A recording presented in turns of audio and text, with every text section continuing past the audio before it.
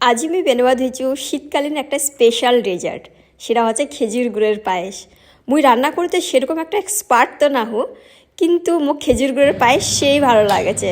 তুমি ভাবিনু খাওয়া যখন পাম তুমি বেনবা পাম, ওই তাতে আজ আমি ট্রাই করবা ধুইছি। তো ফার্স্টে গ্যাসটা জ্বলাই দিয়ে আমি দুধখান বসাই দিনু, তারপরে ঘাটে দিনু। এই তো 10-15 মিনিট পরে দুধখান উধাই গেল। এবারে যে হাফ কাপ চাল ভিজা রাখিছুনু ওইলা চাল দিয়া দিনু আর ঘাটে দিই। মাঝে মধ্যে এরকম করে ঘাটিতে রবা হবে যাতে নিচর লাগে না যায়, আর চেক করতে রবা হবে যাতে সিদ্ধ হয়েছে কি না।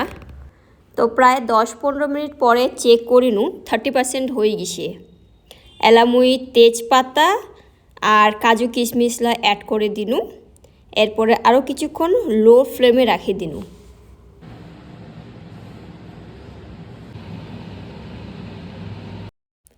এরপর হার্ডলি 15 থেকে 20 মিনিট পরে দুধখান বেশ গাঢ় হয়ে যাওয়া হয়েছে। দেন চেক করু 80% হয়ে গেছে। তো এলামই খেজুর গুড় অ্যাড করে দিনু। তারপরে ঘাটিতে ঘাটিতে দুধখান বেশ গাঢ় হয়ে গেছে আর বুঝে যাওয়া হয়েছে যে হয়ে গেছে ক্ষীরের মতন। এই তো মোর পায়েস ফাইনালি রেডি, দেখিতে অনেক টেম্পটিং লাগবা হয়েছে।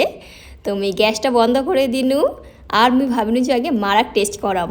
তো মুই এঠে প্লেটের অথবার হয়েছি অল্প করে, আগে টেস্ট করানো যাক আর মার এক্সপ্রেশনটা জানা যাক।